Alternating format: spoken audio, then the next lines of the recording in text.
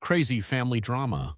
My mother was a single mom, had various boyfriends, one husband, hanging around, drug addict, alcoholic, all that exciting stuff. When I was 13, we were living in a room in this house way out in the desert. My older sister was 16 and had already moved in with friends. I'm not sure why, but for some reason we had to leave the place we lived in prior, so my mom rented us this room to share, with most of our stuff in storage.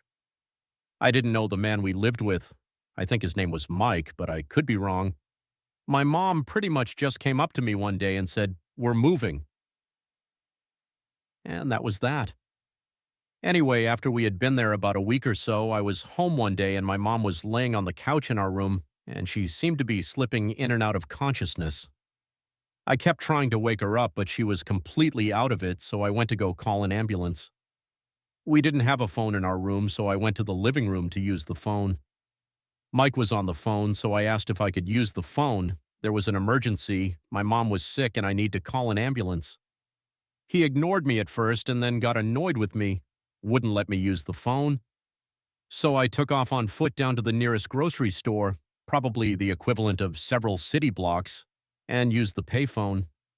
By this time, I was so panicked that I couldn't even remember the address, so I called a friend of my mom's, and she said she would call an ambulance. She said to stay there and wait, and she would pick me up. By the time she came to pick me up, the ambulance had already come to take my mom to the hospital. I went with her to her house thinking that once my mom got out of the hospital, she would come and get me. Well, she didn't.